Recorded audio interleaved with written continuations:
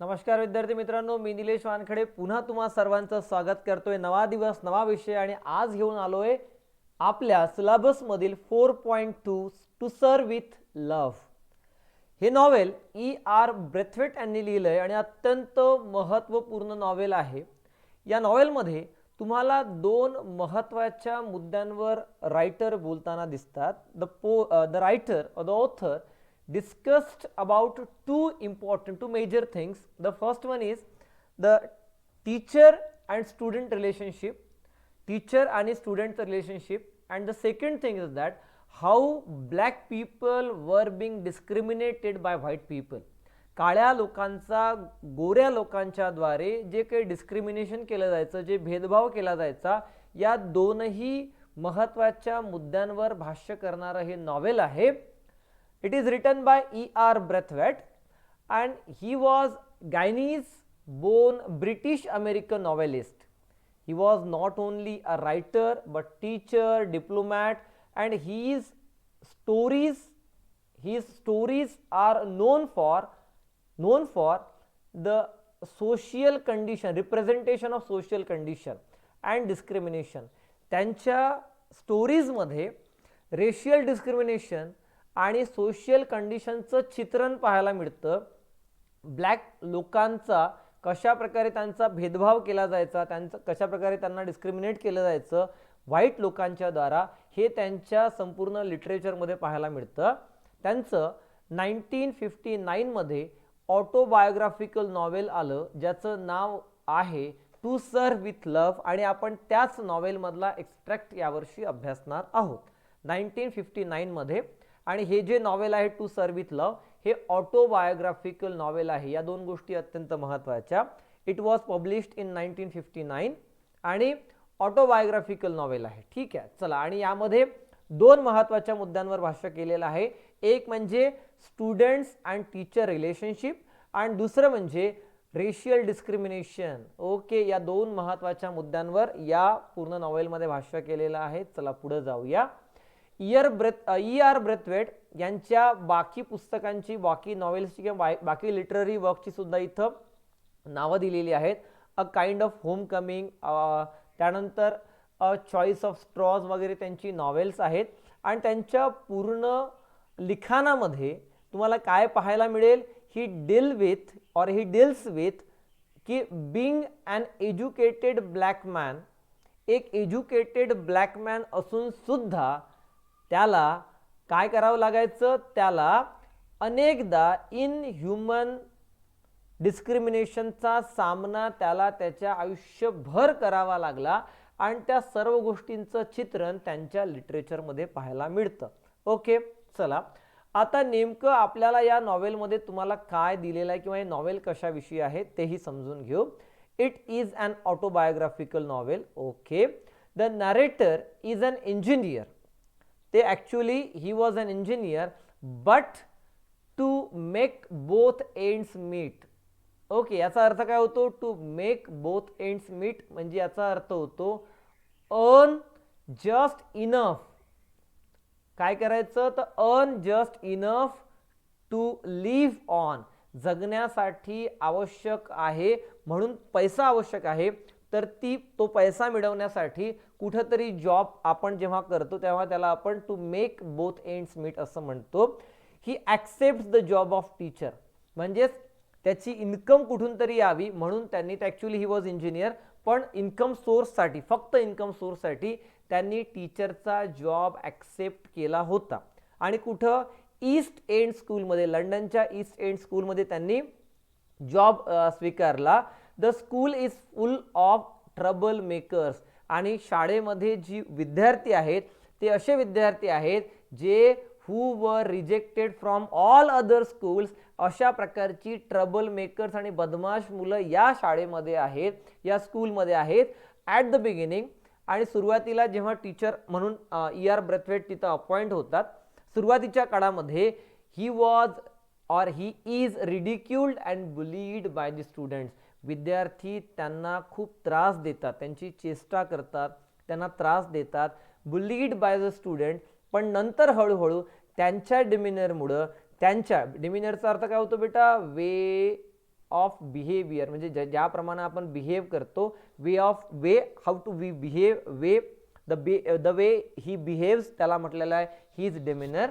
तर हीज काम डिमिनर, त्याचा जो शांत स्वभाव होता, शांत स्वभाव म्हणजेच त्यांनी ज्या टेक्निक्स बदलवल्या, ॲक्च्युली त्यांचा स्वभाव शांत नव्हता, कारण त्यांच्या मनामध्ये राग होता, चीड होती, पण त्यांनी नंतर ज्या त्यांच्या टेक्निक्स बदलवल्या, त्यांनी शांतपणे ज्या सर्व गोष्टींना, त्यांनी या सर्व प्रॉब्लेम्सला सॉल्व्ह केलं, या सर्व गोष्टींना डील केलं, त्यामुळं त्यांच्या स्वभावामुळं and his desire to make a change in those students, यामुळं ही सक्सीड ग्रॅज्युअली, हळूहळू ते सक्सेसफुल झाले, मुलांच्या बिहेवियरमध्ये चेंज झाला. And at last students accepted him, विद्यार्थ्यांनी त्यांना ॲक्सेप्ट केलं, अर्न हिम देअर रिस्पेक्ट, आणि शेवटी त्यांना त्या मुलांकडून रिस्पेक्ट मिळाला, शेवटी त्यांचा विजय झाला, म्हणजेच त्यांना शेवटी रिस्पेक्ट मिळाला आणि मुलांनी त्यांना स्वीकार केला. Okay, so let's have a look on the major characters. यामध्ये काही महत्त्वाची कॅरेक्टर्स आहेत. स्वतः ब्रेथवेट, कारण की ऑटोबायोग्राफी आहे, आत्मचरित्र, ऑटोबायोग्राफी आत्मचरित्र, बायोग्राफी चरित्र, हे यांनी स्वतः लिहिलेलं आहे. त्यांच्या आयुष्यामध्ये आलेल्या अनुभवांना चित्रित त्यांनी केलं, म्हणून ती ऑटोबायोग्राफी आहे. तर रिकी ब्रेथवेट म्हणजेच ER ब्रेथवेट हे नॅरेटर आहेत. गिलियन ब्लँचर्ड या फिमेल टीचर आहेत, फिमेल व्हाईट टीचर आहे. दोन गोष्टी महत्त्वाच्या, या फिमेल टीचर आहेत आणि असून फिमेल व्हाईट टीचर आहेत, म्हणजेच त्या श्वेतवर्णीय आहेत, व्हाईट टीचर आहेत. देन मिसेस डेल इव्हन्स या सुद्धा टीचर आहेत. डेनहॅम हा स्टुडंट आहे. अशा प्रकारची काही मेजर कॅरेक्टर्स तुम्हाला पाहायला मिळतील आणि काही मायनर कॅरेक्टर्स आहेत. So let start. या सर्व कॅरेक्टर्सला घेऊन आपण स्टार्ट करूया आपली जर्नी टू सर्व with love. Okay, let me zoom it. चला, आणि बघा, तुम्हाला या नॉवेलची समरी आपण सांगतो. आपण सुरुवात करतो समरीपासून आणि अगदी 2 दिवसांमध्ये आपण हा संपूर्ण टॉपिक संपवून टाकूया, काळजी करू नका, मी तुमच्यासोबत आहे. चला, सो समरी, या नॉवेलची समरी समजून घेऊया की या नॉवेलमध्ये काय काय आहे. आणि या नॉवेलची पूर्ण नॉवेलची समरी ॲक्च्युली तुम्हाला एक्स्ट्रॅक्ट विचारणार आहेत, पण तुम्हाला एक्स्ट्रॅक्टचा अभ्यास करताना नॉवेल नेमकं काय आहे, कशावर नॉवेल आहे, ते नॉवेल कुठल्या कंडिशनमध्ये लिहिलेलं आहे, या सर्व गोष्टी, बॅकग्राऊंड वगैरे तुम्हाला सर्व माहिती असणं गरजेचं असतं. तर चला, एक स्पीडली, एक अत्यंत स्पीडने याला एक नजर मारूया. टू सर्व with Love is a work of fiction based on the life of the author. It is based on the life of the author, ऑथरच्या लाईफवर आहे. The main character ER Braithwaite works as an engineer in oil refinery. In an oil refinery. Actually by profession he is an, काय आहेत ते आहेत engineer आणि royal oil refinery मध्ये ते काम करतात. ही served in the royal British air force in the war and at the time of war, त्यांनी वॉरच्या काळामध्ये रॉयल ब्रिटिश एअरफोर्ससाठी सुद्धा काम केलं आहे. म्हणजेच त्यांनी ब्रिटिश लोकांची किंवा त्यांनी इंग्लंडची सेवा सुद्धा केली आहे. ठीक आहे. After the war being a black person, बेटा हे अत्यंत महत्त्वाचं आहे, यावर लक्ष द्या, because it provides the background of the novel and it is one of the most important, जे त्याचे थ्रेड्स असतात किंवा मला ज्या गोष्टी लिंकअप करायच्या असतात त्यासाठी अत्यंत महत्त्वाचा पॉईंट असतो की आफ्टर द वॉर त्यांनी देशासाठी वॉरमध्ये कॉन्ट्रीब्यूट सुद्धा केलं, परंतु वॉर कंप्लीट झाल्याच्या नंतर, वॉरच्या नंतर, after the war being a black person, एक काळा व्यक्ती म्हणून, being a black person he was unable to find employment. इतकी जास्त घृणा व्हाईट लोकांच्या मनामध्ये काळ्या लोकांविषयी होती. तिथं श्वेत आणि काळा असा वर्णभेद आहे किंवा रेसिझम, रेशियल डिस्क्रिमिनेशन तुम्हाला पाहायला मिळतं. तिथं तुम्हाला अगदी वंशभेद, वर्णभेद पाहायला मिळतो. सो काळ्या लोकांना काम मिळणं कठीण होतं, त्यांना काम मिळत नव्हतं. He was unable to find employment and that's why शेवटी ॲट लास्ट रिसॉर्ट, एक शेवटचा चान्स म्हणून, he applied to a school to become teacher. जरी ते त्यांचं प्रोफेशन नव्हतं तरी सुद्धा त्यांनी त्या जॉबसाठी अप्लाय केलं. And surprisingly he is accepted as a teacher at the Green Slade School in London's East End. लंडनच्या ईस्ट एंडला त्यांना ग्रीन स्लेड स्कूलमध्ये अपॉइंट करण्यात आलं as a teacher. And is set to teach the senior classes of the school. स्कूलच्या senior क्लासेसला शिकवण्याचं काम त्यांना मिळालं. स्कूलच्या सिनियर क्लासेसला शिकवण्याचं काम मिळालं. While reading the novel, we have to understand that the time period in which the story takes place is very important. As I told you that the background of the story is very important. कि in which era, in which time, in which period the story is taking place, हे महत्वाचं आहे. Braithwaite finds that even though he considers himself British, विचार करतात Brathwaite, ते असा विचार करतात की जरी ते स्वतःला ब्रिटिशर्स मानत असले, ते जरी स्वतःला वन ऑफ देम समजत असले, पण तरी सुद्धा आणि though he has served in the Royal Air Force, तरी सुद्धा द इंग्लिश म्हणजे कोण? People of, okay, the people of that country, त्यांना इंग्लिश म्हटलेलं आहे. So the English do not consider him to be one of them. That countrymen are not ready to accept him as one of them. This leads Braithwaite to feel bitter about the English. आणि त्यामुळं त्यांच्या मनामध्ये, ब्रेथवेटच्या मनामध्ये एक बिटर, he feels बिटर about the English. The English म्हणजे बेटा कधीही इंग्लिशच्या आधी आर्टिकल लागत नसतं, पण हा इंग्लिश इथं सब्जेक्ट नाही आहे. इंग्लिश इथं संपूर्ण देशातील लोकांसाठी म्हटलेलं आहे. ठीक आहे, ओके, त्या देशातील लोकांसाठी म्हटलंय म्हणून द इंग्लिश. द इंग्लिश या लोकांसाठी त्यांच्या मनामध्ये अत्यंत घृणा होती. कारण इंग्लिश लोक किंवा व्हाईट लोक त्या काळ्या लोकांचा राग करायचे. And as well as about his white students. आणि फक्त मग त्या गोऱ्या लोकांसाठीच त्यांच्या मनामध्ये घृणा नव्हती, तर त्यांच्या व्हाईट स्टुडंट्ससाठी सुद्धा त्यांच्या मनामध्ये राग होता, चीड होती. आणि जर मनामध्ये राग असेल, चीड असेल, तर साहजिक आहे विद्यार्थी आणि टीचर यांच्यामध्ये रिलेशनशिप क्रिएट होणं शक्यच नाही. So Braithwaite's teaching position starts out roughly in and is embarrassed time and again. आणि त्यांनी जेव्हा शिकवायला सुरुवात केली तर निश्चितपणे रफली सुरुवात करण्याच्या मनामध्ये चीड होती, राग होती. आणि मुलंही अत्यंत मिस्चिव्हस होती. मुलंही आधी सांगितलेलं आहे की मुलं कशी होती, तर ती ट्रबल मेकर स्टुडंट्स होती, अत्यंत म्हणजेच बदमाश प्रकारची मुलं होती, इल मॅनर्ड मुलं होती, डिसरिस्पेक्टफुल होती.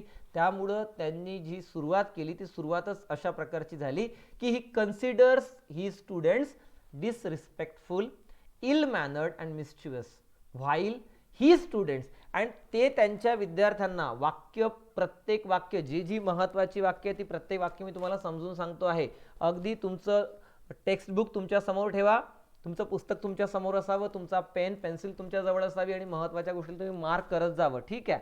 So he considers he students disrespectful, ill mannered and mischievous. ते त्यांच्या विद्यार्थ्यांना डिसरिस्पेक्टफुल समजायचे, इल मॅनर्ड समजायचे, मिस्चिव्हस समजायचे. आणि while students consider him to be an arrogant outsider. आणि मुलं त्यांना ॲरोगंट समजायची. आणि मुलांना असं वाटायचं की unfamiliar with the social environment, की मुलांना असं वाटायचं की हा जो व्यक्ती आहे हा अनसोशियल आहे, अनफॅमिलियर आहे या सोशल कंडिशनमध्ये. म्हणजेच हा थोडा वेगळ्या प्रकारचा व्यक्ती आहे, हा लोकांमध्ये सूट होणारा नाही, हा आमच्यामध्ये सूट होणारा नाही, असं मुलांना वाटायचं. Okay, the students harass him from day one. अगदी पहिल्या दिवसापासनं, पहिल्या लेक्चरपासनं मुलं त्यांना अगदी त्रास द्यायला लागली. Slamming their desk during his lecture. त्यांची डेस्क ते त्यांच्या लेक्चरभर स्लॅमिंग देअर डेस्क, अगदी आवाज करायची, वेगवेगळ्या प्रकारची डेस्क वाजवायची, आवाज करायची, त्यांना जे जमेल ते सर्व करायची. Using foul languages, bullying him to great extent. म्हणजेच जेवढं त्यांना त्या मुलांना ब्रेथवेट यांना त्रास देता येईल त्या सर्व ग्रेट एक्सटेंट पर्यंत अगदी लिमिटच्या बाहेर मुलं त्यांना त्रास द्यायची. आणि एवढंच नाही, even the girls students do not spare a moment. Spare a moment म्हणजे एकही चान्स सोडत नव्हती टू हॅरॅश, म्हणजेच ब्रेथवेटला हॅरॅश करण्याचा, ब्रेथवेटला त्रास देण्याचा एकही चान्स मुली सुद्धा सोडत नव्हत्या. Even the girl students also did or do the same thing in a reaction. आणि every action there is equal and opposite reaction. तर in a reaction to that, Braithwaite verbally scolds the girls for acting in an unladylike manner. आणि Braithwaite verbally scolds the girls. आणि Braithwaite मुलींना रागवायचे, चिडायचे, बोलायचे, शिव्या द्यायचे. का बरं? कारण त्यांचं म्हणणं होतं की मुलं तर मुलं, मुली सुद्धा त्रास देत आहेत. आणि ते सांगायचे मुलींना की it is unladylike manner, it is an unladylike manner. मुलींना या गोष्टी शोभत नाहीत, कारण असं म्हणतात की मुली फारशा रूढ नसतात. त्यामुळं मुलींना एवढं रूढ आणि अशा प्रकारचं ट्रबलसम किंवा अशा प्रकारचं बिहेवियर करणं योग्य नाही. यामुळं ती मुलींना सुद्धा रागवायचे. आणि व्हेन ही अंडरस्टँड्स दॅट, आणि जेव्हा त्यांना ही गोष्ट लक्षात आली की आपण कितीही रागावलो आणि कितीही चिडलो तरी आता त्यातून काहीही होणे नाही. तुम्हालाही माहिती आहे बेटा, तुम्ही स्टुडंट्स आहात, ही गोष्ट तुम्हालाही माहिती आहे की जोपर्यंत स्टुडंट आणि टीचरचं एक रिलेशनशिप क्रिएट होत नाही, जोपर्यंत तुम्ही टीचर्सला आपल्यापैकी समजत नाही, तोपर्यंत तुम्ही टीचरला ॲक्सेप्ट करत नाही. And really very thanks to all of you की तुम्ही सर्वांनी मला समजून घेतलं, तुमच्यापैकी एक मांडलं, आणि अगदी इतक्या कमी वेळेमध्ये आपण 35,000पेक्षाही जास्त विद्यार्थ्यांपर्यंत पोहोचलो. आपल्या ॲपलाही खूप चांगला रिस्पॉन्स मिळत आहे. त्यामुळे मी तुम्हा सर्वांचे सुरुवातीला धन्यवाद करतो. ठीक आहे, चला पुढे जाऊया.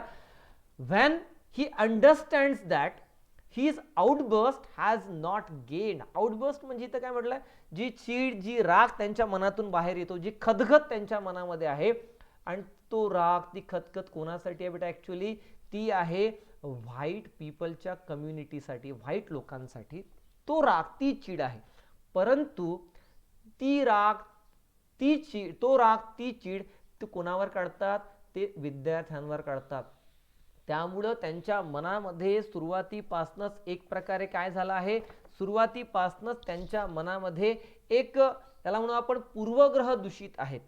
त्यांना आधीच असं वाटतं की जी व्हाईट लोक असतात ती अशीच असतात. एक त्यांच्या मनामध्ये एक गोष्ट पक्की झाली आणि त्यामुळं स्टुडंट आणि टीचरमध्ये एक रिलेशनशिप क्रिएट होऊ शकलं नाही आणि मुलांना ते आवश्यक अशा प्रकारच्या टेक्निक्स देऊ शकले नाही, कारण त्यांच्या मनामध्ये चीड होती. आणि त्यांच्या लक्षात आलं, he understands that his outburst has not gained him any respect and cooperation. त्यांना लक्षात आलं की आता मी जरी कितीही प्रयत्न केले, कितीही मी रागावलो, कितीही मी चिडलो, तरी मी मुलांकडनं रिस्पेक्ट आणि कोऑपरेशन मिळू शकणार नाही. आणि कुठलाही टीचर तेव्हाच मुलांचा फेवरेट असतो जेव्हा तो मुलांच्या मध्ये जाऊन मुलांमधला होतो आणि मुलांसाठी चांगला गाईड, चांगला फ्रेंड आणि चांगला फिलॉसॉफर होतो. आणि त्यासाठी तुम्हाला मुलांच्या मध्ये जावं लागेल, मुलांना समजून घ्यावं लागेल, त्यांची सायकोलॉजी समजून घ्यावी लागेल. तेव्हाच मुलं रिस्पेक्ट देतील आणि तेव्हाच मुलं कोऑपरेट करतील. And unless and until you, मुलं तुम्हाला जोपर्यंत रिस्पेक्ट आणि कोऑपरेशन देणार नाही तोपर्यंत जी टीचिंग लर्निंग प्रोसेस आहे ती पॉसिबल नाही. चला पुढे जाऊया. अँड तेव्हा त्यांनी समजलं आणि he changes he is teaching and handling tactics. त्यांनी त्यांच्या टीचिंग टेक्निक्स बदलवल्या, त्यांनी त्यांच्या हँडल करण्याच्या, मुलांना हँडल करण्याच्या टेक्निक्स बदलवल्या. आणि त्यांनी डिसाईड केलं की आता मुलांना मी रेग्युलर माझ्या फॉर्मॅटमध्ये किंवा रेग्युलर पद्धतीनं मी मुलांना हँडल करणार नाही. आता मुलांना मी वेगळ्या पद्धतीनं ट्रीट करेल. आणि आता त्यांनी मुलांना रिस्पेक्ट द्यायला सुरुवात केली.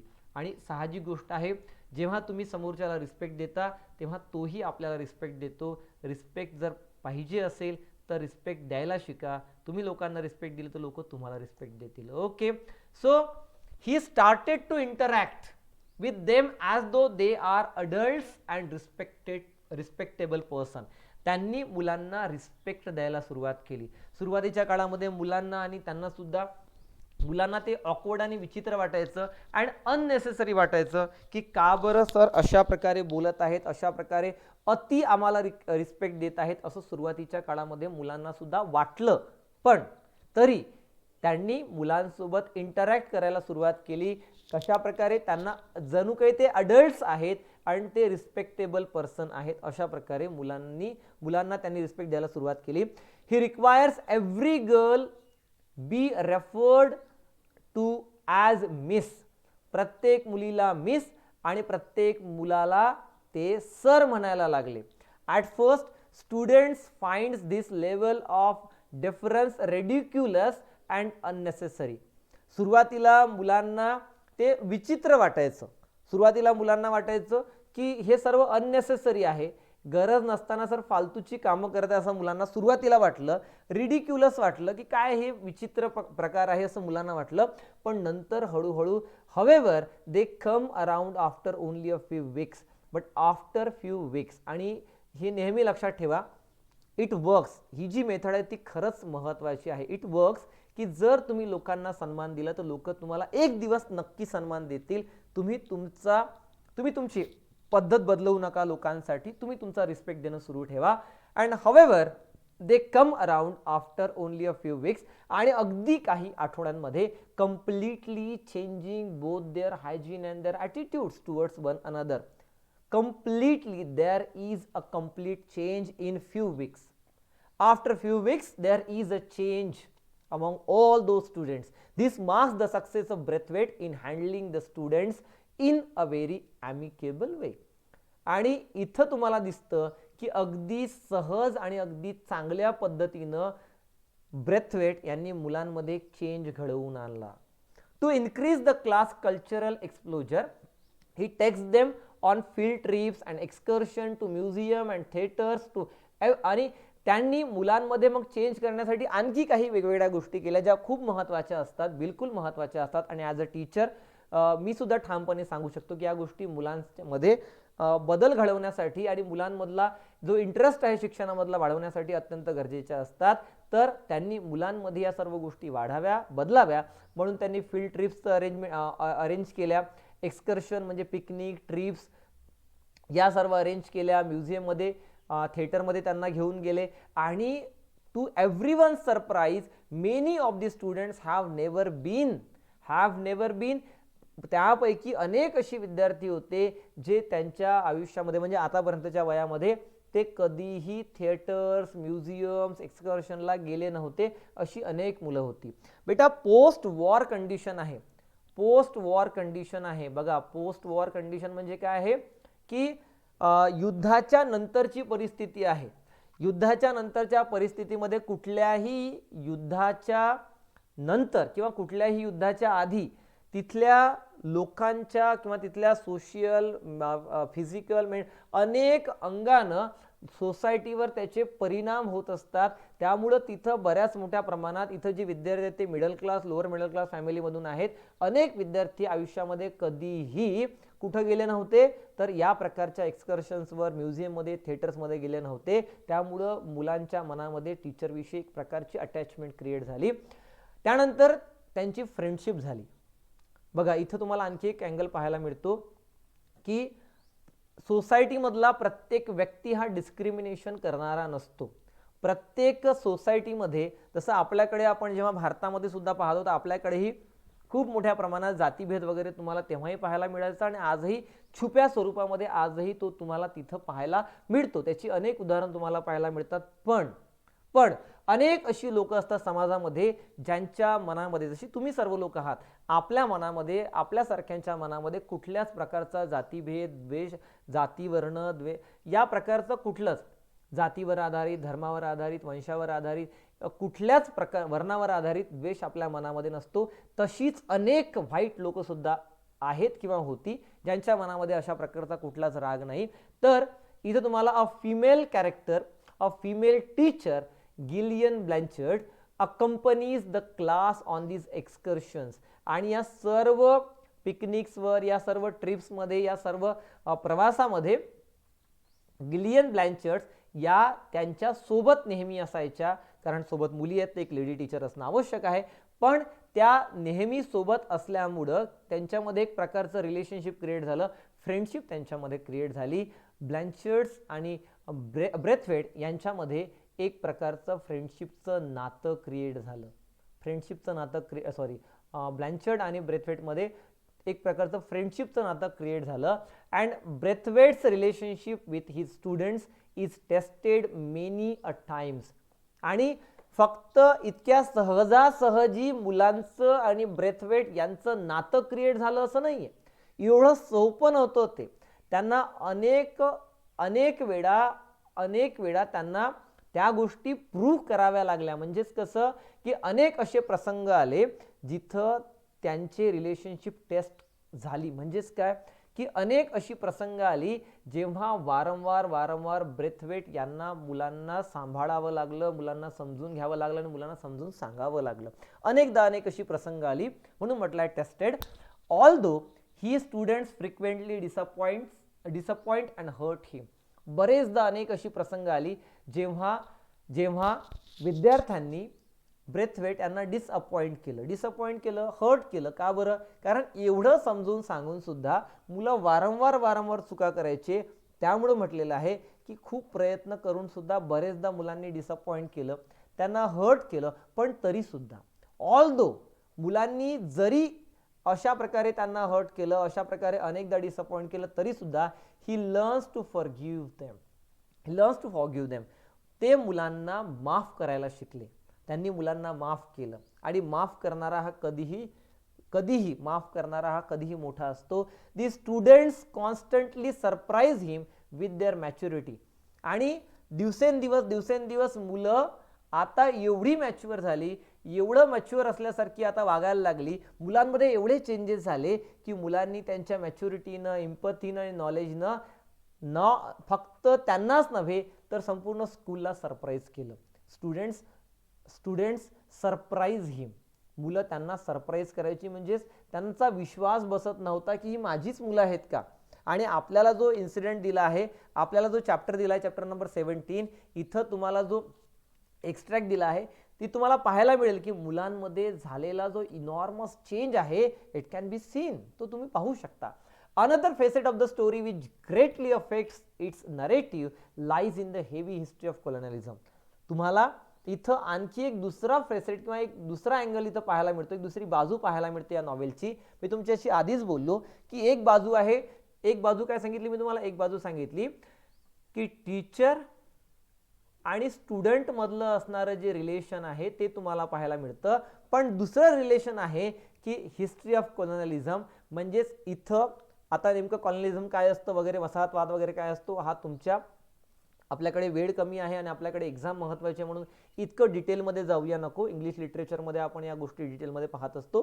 फक्त एक लक्षात घ्या की त्या काळामध्ये जो ब्लॅक अँड व्हाईट हा जो हे जे डिस्क्रिमिनेशन होतं, ते डिस्क्रिमिनेशन त्या काळामध्ये त्याचा जो इतिहास आहे तो इतिहास सुद्धा इथं महत्त्वाचा आहे.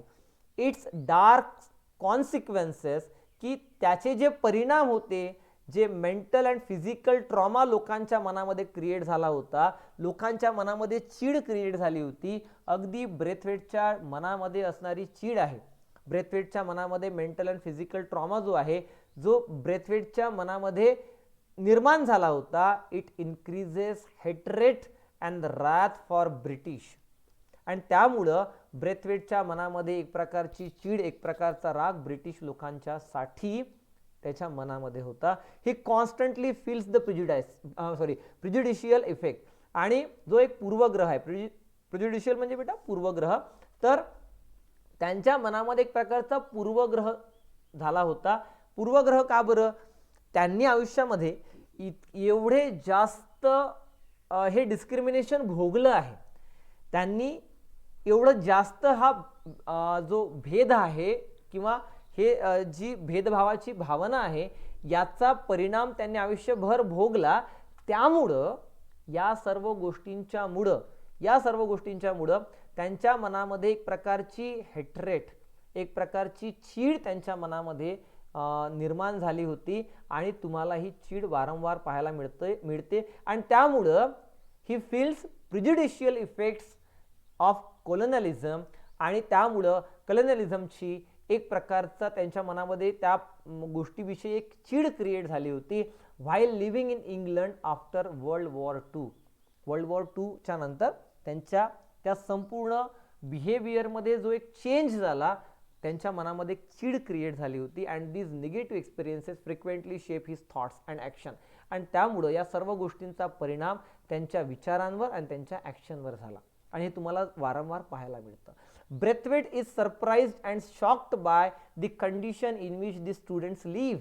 आणि जेव्हा ते विद्यार्थ्यांच्या अगदी जवळ गेले, विद्यार्थ्यांना समजायला लागले, तेव्हा त्यांच्या लक्षात आलं की नेमकी विद्यार्थ्यांची सोशियल कंडिशन कशा प्रकारची आहे, मुलं कशा प्रकारच्या कंडिशनमध्ये राहतात, या सर्व गोष्टी त्यांना पाहायला मिळाल्या. आणि त्यांना माहिती पडलं की का बरं विद्यार्थी असे ट्रबल्स मेकर झाले, का बरं विद्यार्थी एवढे मिस्चिवस झाले, का बरं विद्यार्थी इतके बदमाश झाले. नेमकं ते कुठल्या वातावरणामध्ये लहानाचे मोठे होत आहेत, ते पोस्ट वॉर कंडिशनमध्ये लहानाचे मोठे होत आहेत. त्यामुळं त्या वॉरचे सर्व इफेक्ट्स तुम्हाला सोसायटीमध्ये, मुलांच्या वाढीमध्ये, अपब्रिंगिंगमध्ये या सर्व गोष्टी तुम्हाला पाहायला मिळतील.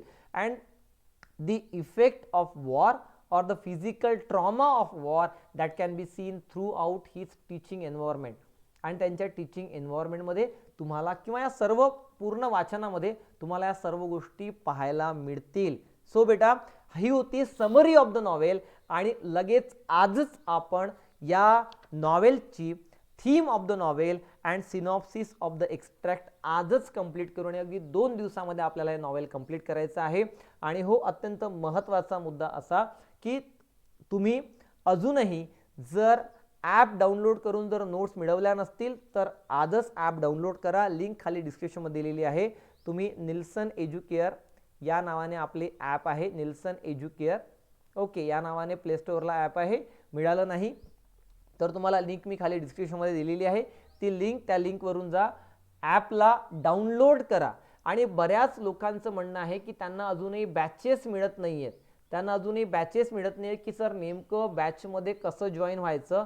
तर तेही मी तुम्हाला सांगून देतो की नेमकं बॅचमध्ये कसं जॉईन व्हायचं. तर बघा बेटा, जर तुम्हाला बॅचमध्ये जॉईन व्हायचं असेल तर सिम्पली खूप साधं सोपं आहे.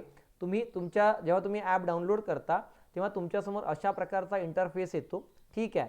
अशा प्रकारचा इंटरफेस आल्याच्या नंतर तुम्ही काय करायचं, या बॅचेसच्या ऑप्शनला क्लिक करायचं, ठीक आहे. बॅचेसच्या ऑप्शनला क्लिक करायचं.